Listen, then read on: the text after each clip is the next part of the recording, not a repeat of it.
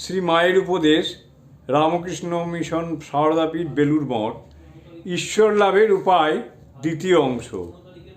ঠাকুরের কাছে মনের কথা জানিয়ে প্রার্থনা করবে, প্রাণের কথা কেঁদে বলবে, দেখবে তিনি একেবারে কোলে বসিয়ে দেবেন। ডাকতে থাকো, ক্রমে হবে। কত মুনি ঋষিরা যুগ যুগান্তর ধরে তপস্যা করে পেলে না, আর তোমাদের ফস করে হবে। এই জন্মে না হয় পরজন্মে হবে, পরজন্মে না হয় তার পরজন্মে হবে।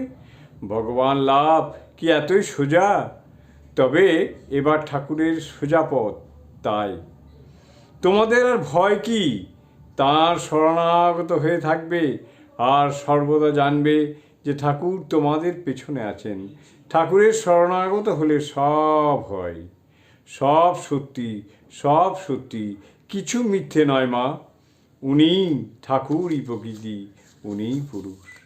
ঠাকুর দয়া করবেন, তাকে ডাকো আর সৎসঙ্গ করো, সাধন ভজন করো। জয় মা, জয় মা।